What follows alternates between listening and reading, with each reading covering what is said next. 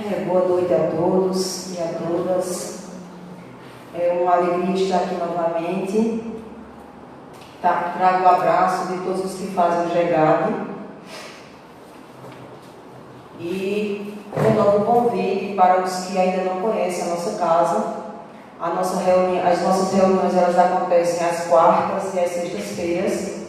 E a nossa casa fica na rua Benjamin Arena, ali próximo ao INSS. Mais precisamente na rua da Borracharia 24 horas. Então, sintam-se convidados e convidadas quando quiserem estar lá para recebê-los e recebê-las. Nós vamos falar na noite de hoje de um tema que está no capítulo 13 de O Evangelho segundo o Espiritismo, capítulo intitulado Que a vossa mão esquerda não saiba o que dá a vossa mão direita. Então, já foram vistos alguns itens e a noite de hoje nós vamos falar sobre a beneficência. E assim como o título do livro já diz, é o Evangelho segundo o Espiritismo, essa obra de Kardec, ela traz informações, comentários de Kardec e também mensagem dos Espíritos acerca dos Evangelhos de Jesus. Então, esse tema gerador deste capítulo, que não saiba a vossa mão esquerda o que dá a vossa mão direita, é um dos princípios cristãos. E aí, entre esses temas, está a beneficência. Então, nas recomendações de Jesus para os cristãos, para aqueles que serão os seus seguidores, quando a gente trata da beneficência, a gente quer dizer que no momento em que nos colocamos no lugar do outro, no momento em que não praticamos para com o outro nenhum ato de violência do qual nós devamos nos arrepender depois, desenvolver algum sentimento de culpa, no momento em que eu fico feliz quando eu faço bem, no momento em que eu me reconheço como cristão no mundo e sei que do lugar onde eu estou, na presente encarnação, sempre é possível promover a força do bem e dar continuidade àquilo que Jesus nos recomendou, e que, tendo a certeza de que um dia todos nós seremos perfeitos, o que é que nós estamos fazendo para atingir essa perfeição? Então, um dos critérios, um dos itens aqui tratados da beneficência, os Espíritos vão trazer algumas mensagens, mas tratando sobre essa questão. O verdadeiro cristão é aquele que ele se sente feliz, é aquele que ele se sente bem, sendo útil, produzindo o bem, fazendo por onde as coisas aconteçam de maneira adequada, ética, nos preceitos morais que o Cristo já nos recomendava. Então, assim como Santo Agostinho, que ao final do dia sempre fazia uma reflexão sobre o que é que tinha sido feito por ele durante o dia, e a gente imagina que na sua vida de missionário ele deva ter feito muitas coisas boas, mas ainda assim, encarnado como homem, ele sempre fazia um exercício de, ao final do dia, pensar: o que foi que eu fiz hoje durante o meu dia? Então, esse talvez seja o exercício para todos nós, porque nós sabemos já que produzir coisas ruins, ou dar vazão às más inclinações, ou fazer algo que prejudique o outro, obviamente nós talvez já estejamos distantes um pouco disso, porque a nossa consciência nos diz o que de fato nós estamos fazendo errado. Então, talvez nós já tenhamos conseguido nesta encarnação, e na certeza de que já tivemos outras e muitas outras, nós talvez ainda não façamos mais o mal. Não nos reconfortemos quando a gente prejudica alguém, mas o grande exercício para nós é o que estamos fazendo de bom, o que estamos produzindo para melhorar esse mundo. que como espíritas conhecemos que é um mundo de provas e expiações que está passando por uma fase difícil, de muita perturbação, em que a sua sociedade, de maneira geral, está adoecida. Então, é preciso que a gente atente para esses espíritos que estão agora encarnados no planeta Terra, neste momento, nessa passagem, que não aconteceu agora, nem vai passar de provas e expiações daqui a 1 ano, 2 anos. É um processo. Se nós observarmos, nós estamos no mundo de provas e expiações, mas nem tudo, nem todos aqui o tempo todo está provando ou expiando. Nós já usufruímos de muitas coisas boas que esse mundo nos oferece. E aí o exercício e o que é que nós estamos fazendo para colaborar para esse mundo? Para que ele passe para um mundo de regeneração com a nossa participação. Sem que a gente espere de Deus, de Jesus, dos Espíritos, dos missionários, que eles façam o que é da nossa responsabilidade fazer. Então, tudo bem, nós não estamos mais, talvez, como os primeiros seres primitivos que traziam na sua essência o instinto. O ser humano foi evoluindo, nós estamos hoje no reino hominal e temos uma consciência de que essa consciência nos acusa quando a gente não age de maneira muito correta. Mas nós sabemos que isso é pouco, né?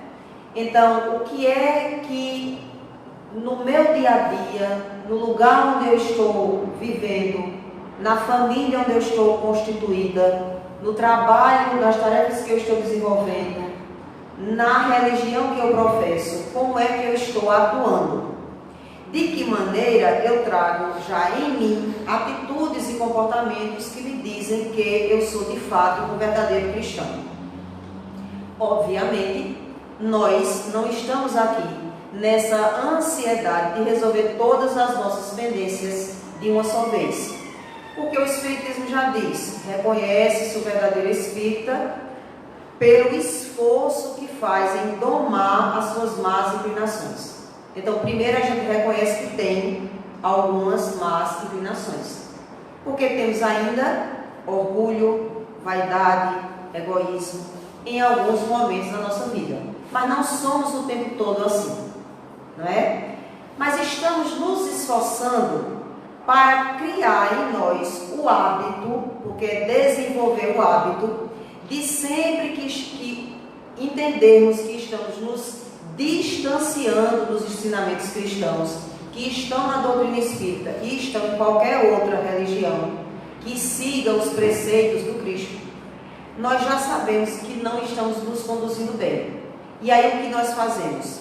Não vamos desenvolver em nós uma culpa, porque a ideia do pecado, da culpa, da máxima culpa, é uma ideia errônea que algumas religiões cristãs trazem e que não fazem de jeito nenhum com que o espírito evolua, que ele prossiga. A proposta do Cristo é numa perspectiva de transformação, de olhar para o futuro. Então, possivelmente, em outras encarnações eu agi de forma diferente. Hoje, eu já tenho em mim despertado uma certa consciência do que eu devo ou não devo fazer. Em alguns momentos eu vou agir de maneira equivocada. Eu reconheço que agi de maneira equivocada, não vou desenvolver, repito, nenhuma culpa, mas vou me sentir responsável por transformar essa minha atitude ou esse meu pensamento. E aqui, como diz o capítulo, alguns espíritos conhecidos aqui nas obras da codificação, eles trazem algumas reflexões sobre o tema que Kardec propõe aqui como estudo. A primeira mensagem é de Adolfo, bispo de Argel, Bordeaux, de 1861. Então ele começa a mensagem dizendo o seguinte: a beneficência, meus amigos, vos dará nesse mundo as mais puras e as mais doces alegrias. As alegrias do coração, que não são perturbadas nem pelo remorso, nem pela indiferença.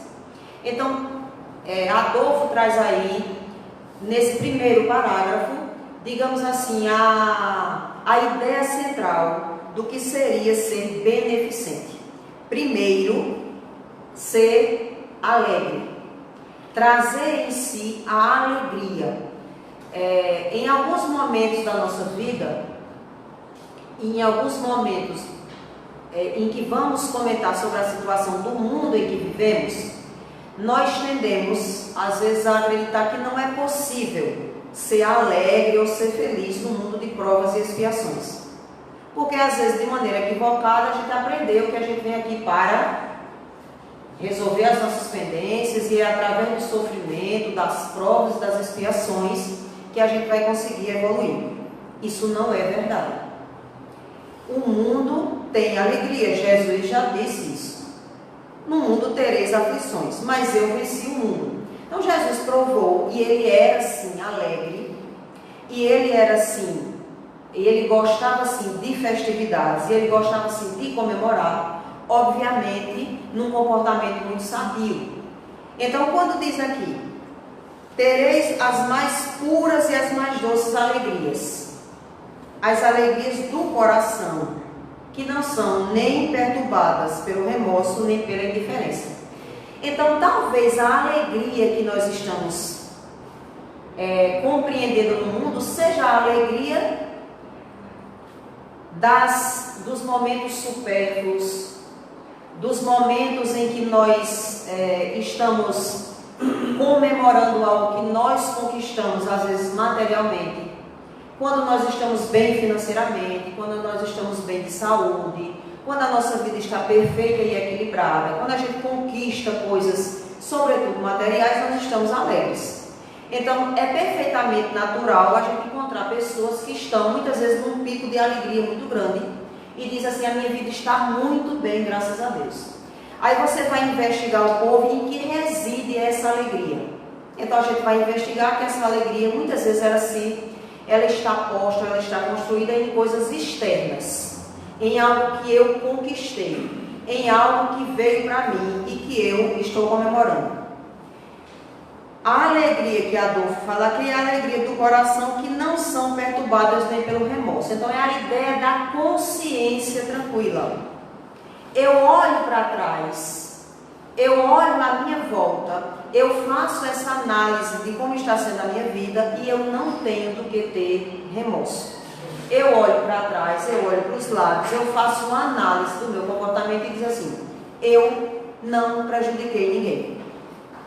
Pelo contrário, aqueles que me prejudicaram, eu posso até ter ficado magoado, eu posso até ter ficado ofendido, mas em nenhum momento veio em mim o pensamento de vingança. Ou a ideia de que, muitas vezes, a gente usa até Deus para dizer que Deus está vendo o que o outro está fazendo para nós injustamente. Então, fazendo essa análise, eu digo assim, eu não tenho por que ter remorso. Então, essa é uma alegria de coração puro.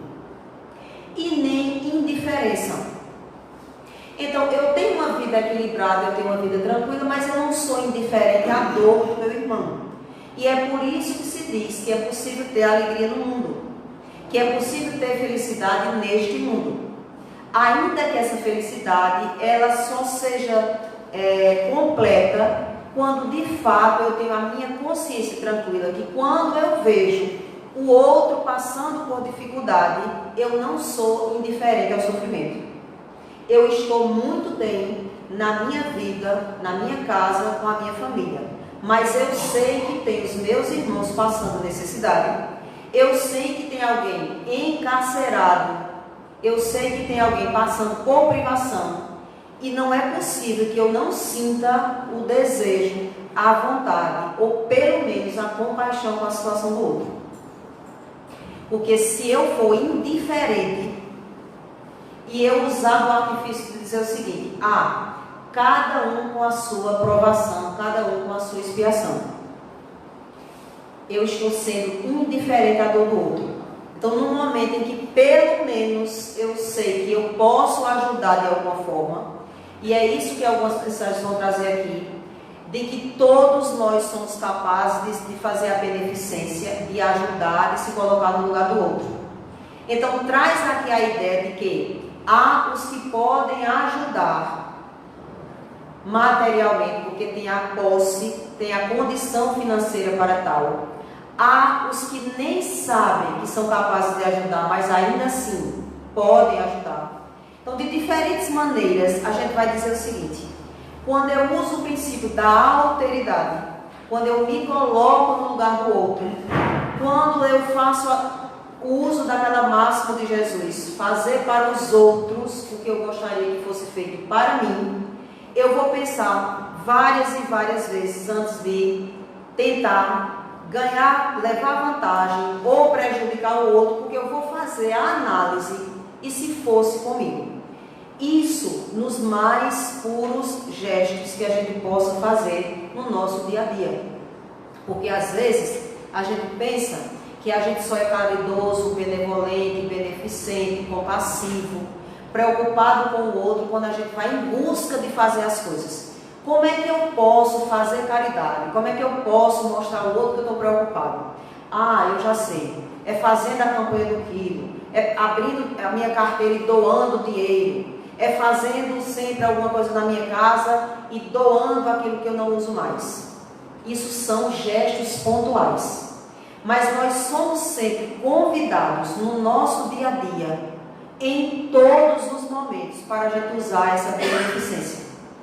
Quando a gente começa dentro da nossa casa, quando a gente tira o pé e bota o pé na calçada para sair para o nosso trabalho, em algum momento do nosso caminhar, a gente vai ser convidado a usar essa beneficência. E aí são nesses pequenos gestos que a gente vai investigar. E aí, como eu me comportei nas primeiras horas do dia? E aí, como eu me comportei quando eu cheguei no trabalho? Quando veio a primeira adversidade? Quando alguém me tirou do sério? Quando eu tive a oportunidade de fazer pelo outro e eu estava tão ocupado com os meus problemas que eu deixei para depois? Esses pequenos gestos vão me dizendo que eu não sou indiferente e nem vou desenvolver nenhuma culpa e nenhum remorso. E aí continua falando nessa mensagem na ideia de como é bom fazer o bem, como é proveitoso para quem faz fazer o bem. Essa é a ideia da mensagem do Espírito Adolfo. E ele traz aqui nessa mensagem a ideia da caridade, que nós sabemos, espíritas, que a caridade ela reside no fato de dar coisas, mas ela reside também no fato de doar-se. Talvez dar do que eu tenho seja mais simples. Já que eu tenho, eu posso ter dinheiro, eu posso ter coisas, eu tenho meu tempo, eu tenho saúde, eu tenho disposição para ouvir, eu tenho braços para abraçar, eu tenho muitas coisas. Mas e o que é que eu detenho? Eu detenho a vontade de fazer? Eu detenho desejo de ajudar? Eu me sinto feliz em fazer o outro feliz? Ou eu faço isso porque eu sei que eu vou ganhar bônus horas? Ou eu faço isso porque é uma moeda de troca? De fato, o bem que eu faço me faz bem? Ou eu saio daquele momento dizendo assim, eu fiz isso porque eu queria talvez me livrar daquela situação. Eu fiz isso porque a minha consciência está me acusando do que eu deveria fazer. Talvez algum de nós já tenha feito isso ou ainda faça. E não há problema nenhum, porque nós estamos exercitando. Só que a gente exercitando, vai chegar um dia que a gente vai fazer o bem porque a gente gosta e se sente feliz de fazer o bem. Não é?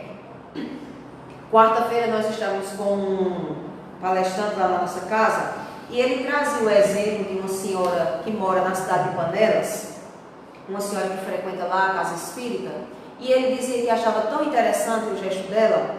Ela mora ali próximo ao centro espírita de Panelas. Quem conhece fica ali próximo no centro da cidade. E próximo à casa dela tem muitos bares. E quando amanhece o dia, nas madrugadas, que ela levanta, ela acorda cedo, e ela abre a porta e tem vários alcoólatras dormindo ali na calçada. E o que é que ela faz? Ela faz cuscuz, ela bota leite, ela frita um ovo e leva para esses alcoólatras se alimentarem. E ela leva lá o pratinho e bota junto deles e eles se alimentam e ela volta para casa. Nesse pequeno gesto, ela não julga que eles estão ali porque querem estar. Eles são viciados, eles são doentes. Mas se eles tivessem uma força de vontade muito grande, eles poderiam fazer do vício. Então aquela sai do vício. Aquela senhora não julga aqueles alcoólatras. Ela vê-los como doentes necessitados. E ela sabe que não custa a ela. E eu imagino que ela faça isso porque ela se sente muito bem fazendo isso. Ela dá a comida e não espera, né, não faz ali a doutrinação, a evangelização para eles deixarem aquela vida. Porque muitos religiosos têm o objetivo de dar coisas, mas tentar converter aquele que a gente está dando a sua religião ou a mudança de comportamento. Ela não faz isso, segundo esse palestrante nos informava. Então essa pessoa ela já reconheceu qual é o seu lugar no mundo. Ela não está buscando salvar a humanidade, mas dentro do que é possível fazer, ela faz por aqueles que são necessitados. E que muitos da sociedade os renegam, os marginalizam, dizem que eles são um bando de viciados. Não é? Então é interessante esses exemplos para dizer assim, o que é que move aquela senhora em acordar cedo e fazer esse gesto? Eu imagino que se fosse por vaidade, ela talvez não conseguisse fazer tão insistentemente, mas ela faz insistentemente, sistematicamente essa prática, né? A segunda mensagem da noite, ela é trazida nesse capítulo por São Vicente de Paulo, que foi considerado um santo que fazia muita caridade, totalmente desprovido dos meios materiais e que gostava de ajudar as pessoas, né? E ele diz no início da sua mensagem: a alma não pode se elevar nas regiões espirituais senão pelo devotamento ao próximo. Ela não encontra felicidade e consolação senão nos impulsos da caridade. Sede bons, sustentai vossos irmãos, deixai de lado a horrível chaga do egoísmo. Esse dever cumprido deve vos abrir o caminho da felicidade eterna. Então Adolfo fala de alegria e de consciência tranquila. São Vicente de Paulo fala sobre a felicidade no ato de doar. Nós sabemos, e a doutrina espírita traz muito essa questão, que o orgulho e o egoísmo são as duas chagas da humanidade. Porque quem é orgulhoso traz em si a ideia de que é melhor do que os outros, é superior aos outros. É aquela eterna frase de que se diz assim: você sabe com quem está falando. Então é alguém que se julga acima do bem e do mal.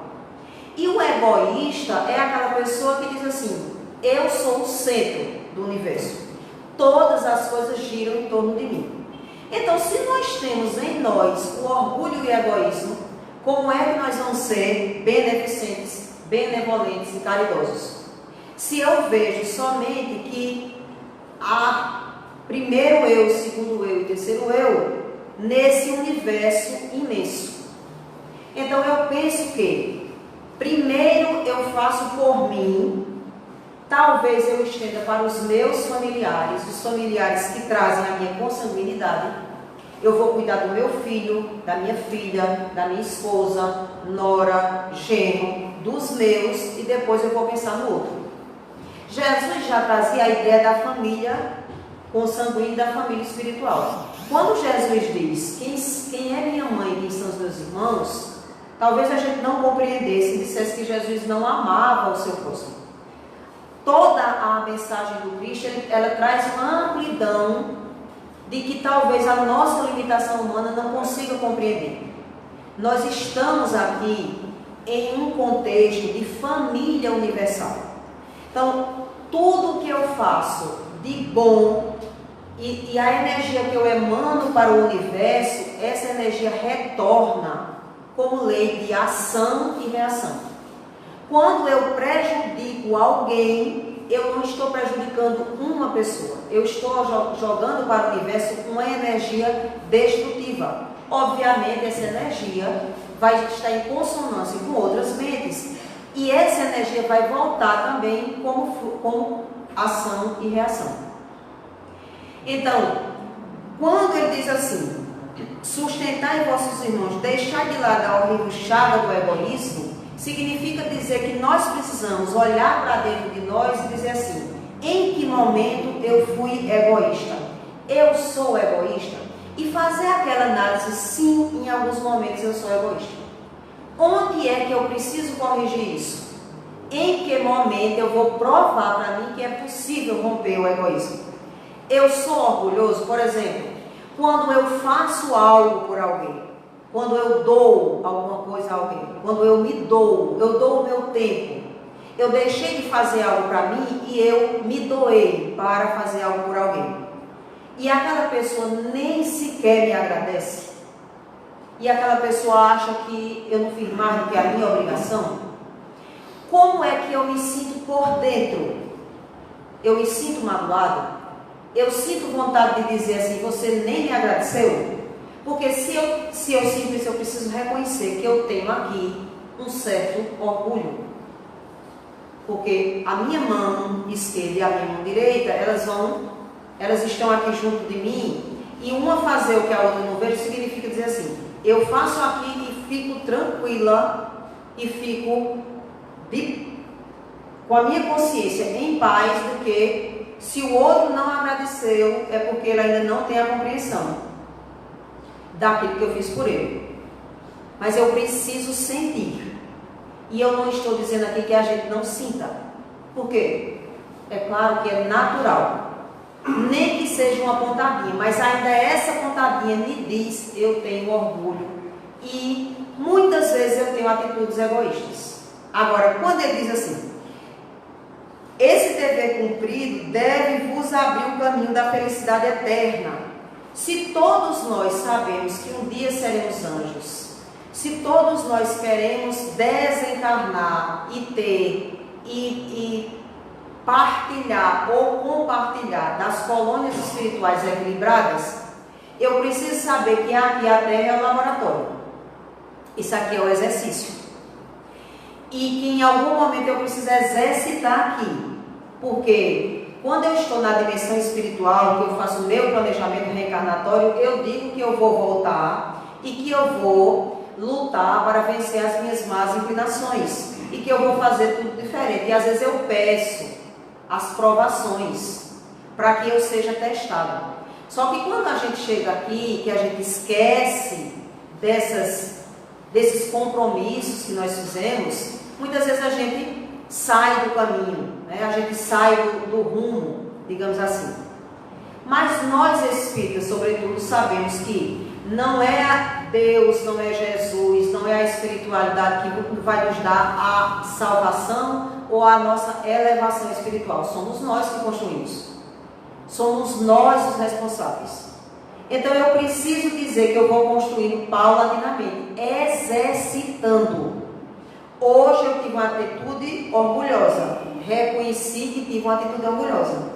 O que é que eu faço com esse reconhecimento? Vou tentar me burilar, trabalhar isso em mim.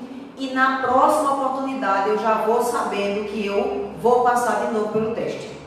Aí eu escolho. Eu uso de novo o orgulho, eu sinto de novo, ou eu já vou aos poucos deixando aquilo mais adormecido.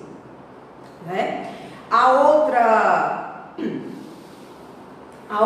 outra observação que ele faz é a partir do que nós aprendemos em qualquer religião. Então, os outros cultos cristãos, eles têm a Bíblia como um livro sagrado. Nós temos aqui toda a literatura espírita. Acabamos de ouvir uma mensagem de Emmanuel. Então, Emmanuel é aquele espírito que nos provoca o tempo todo. É impossível que a gente leia uma mensagem de Emmanuel e a gente fique do mesmo jeito. Ele mexe conosco. Ele faz com que a gente reflita. Para o nosso contentamento, quando a gente já está conseguindo fazer as coisas que ele nos orienta a fazer, e para o nosso desconforto quando a gente vê que a gente ainda não conseguiu. Então, se eu sou espírita, se eu frequento as reuniões, se eu leio, se eu tomo passe, se eu sei que o compromisso está em mim, o que é que eu tenho feito para interiorizar o que eu tenho aprendido e começar a praticar? É muito comum a gente ouvir as preces nas casas espíritas dizendo assim, que a espiritualidade nos ajude para que tudo que a gente aprendeu ali a gente coloque em prática. É muito comum a gente ouvir isso. Que essas palavras elas não sejam ditas apenas da boca para fora, que seja interiorizado, porque eu preciso refletir sobre o meu comportamento, sobre a minha prática. Eu estou aprendendo. Quando a gente aprendeu, diz assim, muito será cobrado a quem muito for dado, significa dizer, quanto mais nós somos detentores desse conhecimento, e nós espíritas somos do conhecimento espiritual, nós temos o acesso à informação de que estamos aqui como espíritos reencarnantes, que a reencarnação é um processo de aprendizagem, que está em nós a responsabilidade de mudarmos muitas das coisas da nossa vida. Não é possível que a gente fique inerte a tudo isso. Então, o exercício de, ao ler um parágrafo, eu interiorizar isso, refletir e dizer assim, eu ainda não consigo, mas eu vou fazer o esforço para conseguir. Eu preciso utilizar o que Leon Denis diz que é uma das potências da alma, que é a vontade. Se quiseres, poderás fazer muito mais, já dizia Cristo, não é?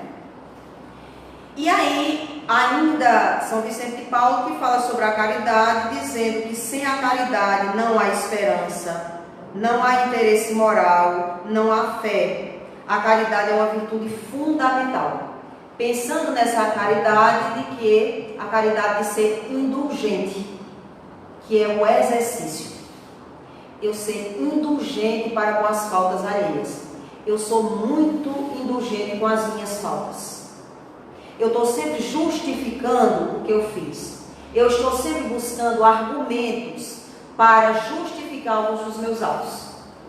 Eu uso desse mesmo critério quando eu vou utilizar o julgamento do outro, ou eu sempre vou buscar formas, maneiras, um ponto de vista de dizer, foi o outro que me provocou, foi o outro que fez um comportamento que não é adequado. Esse exercício é o mais difícil da gente fazer, e essa é a caridade moral, porque eu posso dar muitas coisas, mas quando alguém me provoca, me faz alguma coisa, eu posso até não agredir mais, eu posso até não desejar mais o mal, mas eu também não digo assim, vai em paz, meu irmão, né? Eu não dou a outra face, eu não fico tranquila compreendendo a fraqueza do outro. É um exercício para todos nós. Quando a gente conseguir isso, a gente vai dizer assim, estamos já bastante evoluídos, porque esse é mais difícil. Quando você vai dar alguma coisa a alguém, por exemplo, na rua, que o outro diz assim, eu não quero isso não, e joga lá. Como é que você fica por dentro? Porque a gente escuta muita gente dizendo assim, eu já desisti de ajudar, não vale a pena ajudar. Porque as pessoas se aproveitam da nossa boa fé, da nossa boa vontade. E é verdade. Dom Helder Câmara tem uma historinha dele em que ele tinha uma senhora que passava todos os dias pedindo esmola na casa dele. Geralmente quem pede esmola tem uma historinha já ali bem prontinha para contar.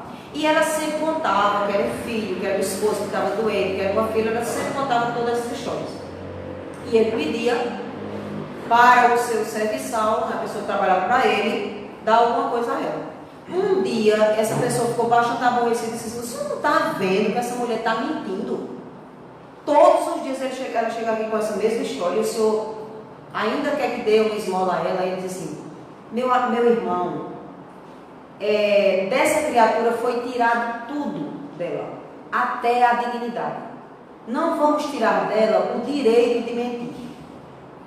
Então, isso é um ato de alguém que já ultrapassou vários e vários, né? Porque a gente compreender o estágio do outro que ainda está na condição de mentir e a gente acreditar que aquilo é natural. Porque a gente tem logo raiva de quem mente. Porque a gente diz assim, por que não disse a verdade? Se dissesse a verdade eu ajudava. Agora não venha com mentira não, que eu fico, né? A gente diz assim. Então Dom Helder diz isso. E de maneira tranquila, não tire dela o direito de mentir. Uma outra mensagem que o livro, o capítulo traz é de Cáritas, que fala sobre a caridade moral, que traz justamente essa discussão, que é dar esmola. O que é dar esmola? É algo mais simples, mas ele diz assim, pode-se ser caridoso mesmo com os parentes, com os amigos, né? Perdoando as fraquezas, tendo cuidado para não ferir o amor próprio de ninguém. Em que momento a gente se sente bem quando a gente diz uma palavrinha que magoa o outro. Uma palavrinha que toca, né, bem fundo no outro. E às vezes a gente utiliza algumas estratégias de não dizer diretamente, mas dizer de público, dizer de maneira velada. A gente gostaria de dizer algo a alguém, mas a gente não tem ainda, né? A gente não tem a coragem de dizer, a gente usa de estratégias. Então, essa mensagem também traz a ideia de que quem tem poder, quem tem autoridade, tem como ser benevolente, beneficente, compreensivo para com o outro. Porque foi dado a ele uma autoridade. Então, nós estamos vivendo um tempo de muita intolerância, né? Sobretudo nessas questões políticas, ideológicas. Então, em qualquer lugar desta cidade, deste país, a gente vai encontrar alguém, alguns grupos, criticando as pessoas que estão no poder, criticando o sistema, justificando que o mundo está assim devido às autoridades. Então, nós temos um foco, se a gente fosse pegar todos os comentários que a gente tem sobre o Congresso Nacional, sobre o Poder Executivo, sobre o Poder Judiciário, as nossas energias, o que a gente emana para o poder, coitado deles, é muita energia. Mas aí nós precisamos, não concordando com as atitudes desses homens que estão no poder, porque a gente vai entender que foi dado a eles, foi concedido a eles uma posição de fazer o bem comum. Quem exerce um poder de autoridade foi lhe dado o poder para pensar no bem comum. Não é clichê dizer que os nossos governantes eles são os primeiros servidores do povo. Não é clichê, é verdade. É o primeiro servidor. Então imaginemos uma figura de autoridade, por exemplo, de um governador de estado. Esse homem ele é cercado de vários assessores, de várias pessoas que precisam pensar em ações, em desenvolver projetos para melhorar a vida daquela sociedade, daquele estado. Agora acontece que a gente precisa também refletir. E esses assessores? E essas pessoas que estão em volta? E essas pessoas que fazem os acordos? Será que essas pessoas estão também comungando desse mesmo pensamento? E nós que colocamos esses homens no poder? Será que nós fazemos esse exercício de pensar? Nós vamos colocar no poder porque eu penso no bem comum. Eu não penso que eu vou ter uma melhoria no meu salário. Eu não penso que os meus conhecidos vão arranjar emprego.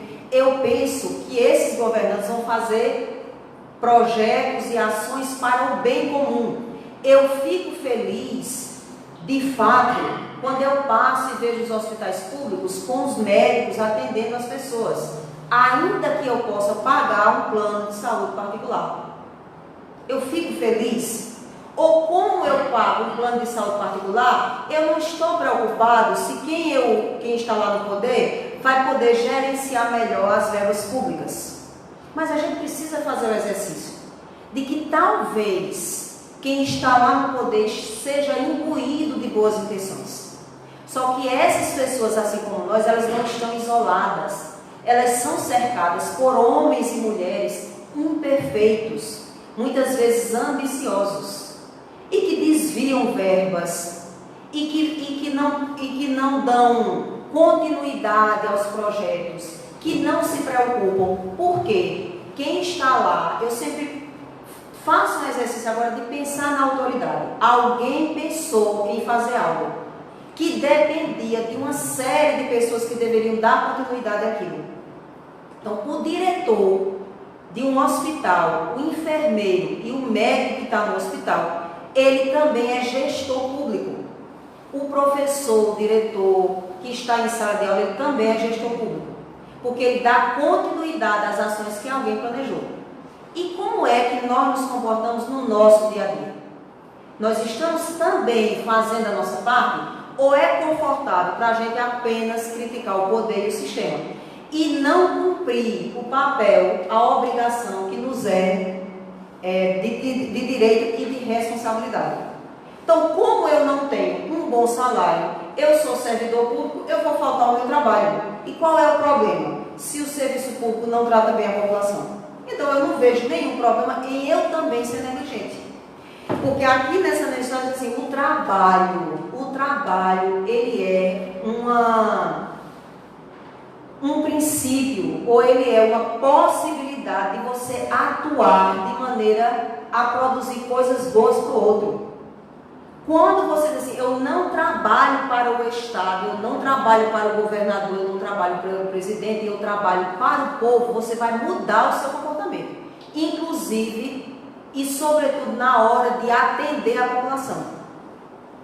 Então eu penso assim, se eu fizer esse exercício, eu estou servindo a uma população que tanto quanto eu precisa de um bom atendimento. Mas tem muitas pessoas, e a gente há de se convir, que critica o poder, mas age da mesma forma no lugarzinho que está lá. Assim como tem muita gente maravilhosa, fazendo coisas maravilhosas, e que volta para casa com certeza com a consciência tranquila, né? E aí tem uma outra mensagem de João Bordeaux, 1861, que ele vai falar da mulher rica, a mulher que tem posses, que mora numa mansão, que tem muito dinheiro, mas que pode doar-se, que pode doar seu tempo, que pode fazer obras de caridade, que pode ajudar financeiramente a minimizar a dor das outras famílias, daquelas mães, daquelas crianças que não têm uma boa escola, que não têm o que comer direito. Essa mulher, ela pode sim ser rica, ser uma dama da sociedade e fazer a sua parte neste mundo. Ele diz também o operário que trabalha, que manuseia, que tem a habilidade de fazer coisas. Se alguém, por exemplo, doa uma parte daqui, vamos dizer que você é alguém que fabrica roupas e você ganha dinheiro legitimamente vendendo roupas e você consegue coisas na sua vida financeiramente de conforto, mas você pode doar algumas peças para as obras assistenciais, porque aquelas peças que você doou não vão fazer falta, pelo contrário, vão lhe trazer mais prosperidade, né? Porque quando a gente ajuda, a espiritualidade também nos ajuda e tudo prospera para as coisas darem certo, porque a gente está pensando também no outro, né? Ela diz assim, as mulheres devotadas a Deus, que arrumam as igrejas, os templos religiosos, que fazem campanha para ornamentar os seus templos religiosos, façam também campanhas para as crianças de rua, para os órfãos, para os mendigos, para os drogados.